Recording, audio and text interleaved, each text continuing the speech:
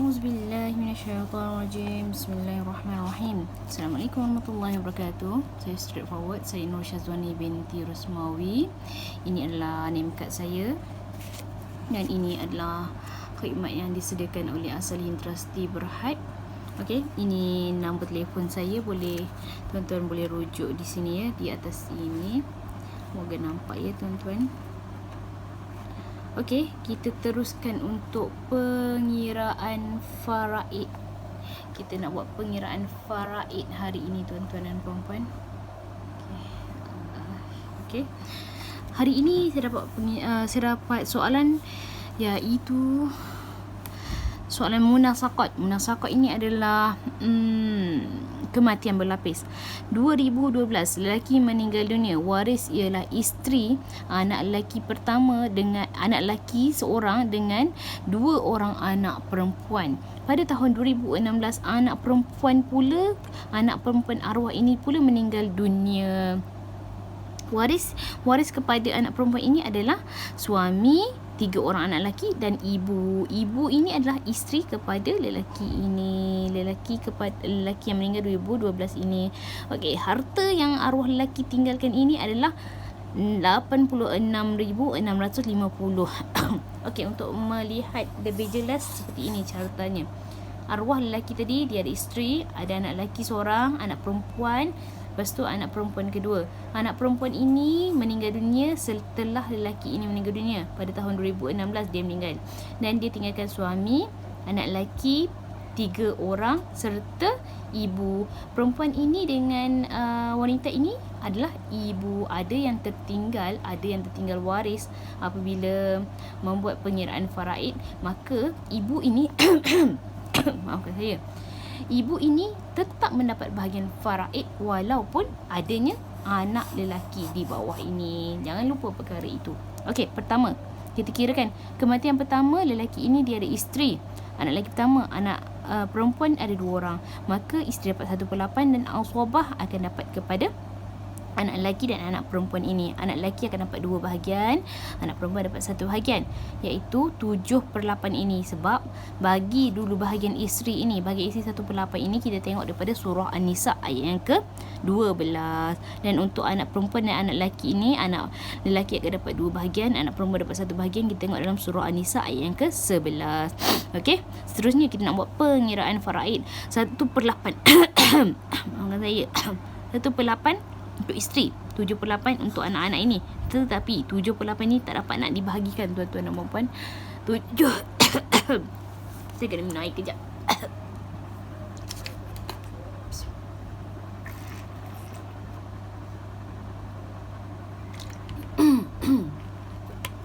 Okey, 7/8 ini, maafkan saya, 7/8 ini tak dapat nak bahagikan kepada anak lelaki dan anak perempuan ini. Sebab apabila kita tambah, anak lelaki 2 bahagian, anak perempuan 1 jadi 4. 7 tak dapat nak bahagi dengan 4. Jadi kita darabkan di sini 8 darab dengan 4 jadi 32 untuk semua ahli waris yang ini. Maka penyebut yang baru untuk ahli waris ini adalah 32. Jadi 1/8 darab dengan 4, jadi isteri dapat 4/32. Anak lelaki 2 darab dengan 7. 2 ni daripada sini tuan-tuan dan puan-puan. 2 darab dengan 7 jadi 14/32. Kita ambil penyebut yang baru ni, 14/32. Dan anak perempuan ini satu ni sebab dia dapat 1 bahagian, 1 darab dengan 7 jadi 7/32 untuk anak perempuan pertama. Anak perempuan kedua pun sama, 1 darab dengan 7 jadi 7/32. Apabila kita nak tahu bahagian masing-masing dapat apabila nak buat pengiraan ni, bahagian yang ditinggalkan oleh arwah lelaki ini, jadi 86,650 darab dengan bahagian yang akhir sekali ini. Maka inilah total yang masing-masing dapat. Tetapi timbul pula kematian yang kedua. Sebelum nak selesainya, nak bahagi 86,650 ni, anak perempuan ini pula meninggal dunia. Anak perempuan ini meninggal dunia. Jadi okey, tuan-tuan nampak kan? Jadi dia tinggalkan suami, ibu, anak lelaki 3 orang di bawah ini. Jadi suami dapat 1/4. Suami dapat 1/4 sebabnya wanita ini adanya keturunan, adanya furuk, adanya zuriat di bawah, maka suami dapat 1/4, ibu dapat 1/6 disebabkan ada keturunan, ada zuriat, maka ibu dapat 1/6, dan selebihnya asabah akan dapat kepada anak lelaki ini. Maafkan saya, anak lelaki ini. Maka kita nak buat pengiraan 1/4 dengan 1/6 ini, number yang sesuai adalah 12. Jadi 1/4 saya darabkan dengan 3, jadi 3/12 untuk ibu, 1/6 saya darabkan dengan 2, jadi 2/12 untuk suami, 3/12 untuk ibu, jadi 2/12. Maka lebihannya adalah 12 tolak dengan 3 tolak dengan 2, jadi 7/12.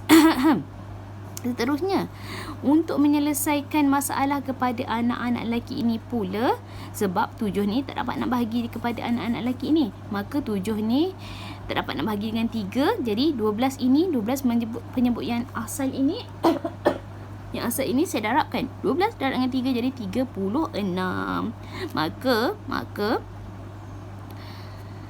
suami dapat 9/36 sebab 3/12 darab dengan 3 jadi 9/36. Untuk ibu jadi 2/12 darab dengan 3 jadi 6/36. Untuk anak lelaki ini saya terus ambilkan saja sebab mereka ini dapat satu bahagian sorang-sorang sebab mereka sama-sama, mereka bersama-sama dan mereka mempunyai darjat yang sama dan keturunan yang sama.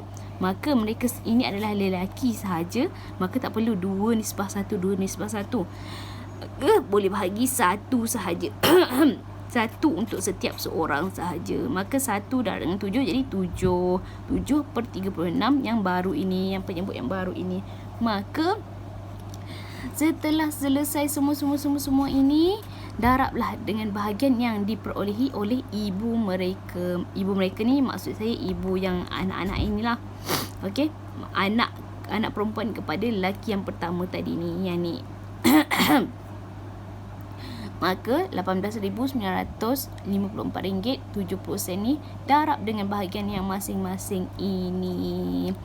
Okey, jadi inilah jawapan yang dapat kita lihat untuk masing-masing punya bahagian. Untuk suami dapat 4738.7.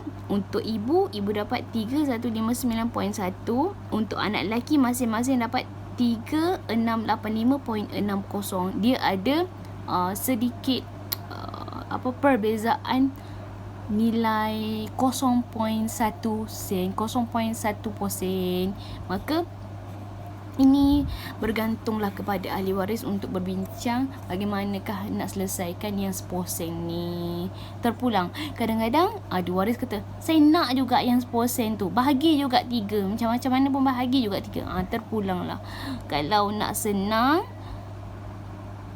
pakat-pakat redha, pakat-pakat sedekah kat mana-mana ke, terpulang. Tetapi kalau nak pun tak ada masalah sebab itu hak masing-masing. Saya cuma memberi pandangan dan pendapat sahaja. Terpulang kepada ahli waris untuk berbincang secara bijaksana. Sebab kat sini bila tambah ada tambah ataupun tolak 10 sen lagi, ada lebihan atau kurangan 10 sen lagi kat sini ya. Terpulang pada ahli waris. Okey. Maafkan saya, suara saya masih belum okey lagi. Saya harap ahli waris kepada ahli waris yang bertanya kepada saya ini memahami apa yang saya cuba sampaikan, apa pengiraan yang cuba saya explainkan pada hari ini. Semoga ia bermanfaat dan menyelesaikan masalah harta pusaka tuan sekeluarga, insya-Allah. Okey, sekali lagi saya Nurul Syazwani binti Rosmawi, yang name kat saya, dan ini adalah khidmat yang dijalankan oleh kami. Boleh hubungi saya di nombor atas ini, ataupun boleh saja tengok di Facebook ataupun YouTube saya ada tinggalkan nombor telefon, tak ada masalah. Boleh saja berhubung dengan saya. Okey, untuk hari ini setakat ini dahulu. Salam Jumaat yang berkat. Semoga kita dalam redha Allah selalu. Assalamualaikum warahmatullahi wabarakatuh.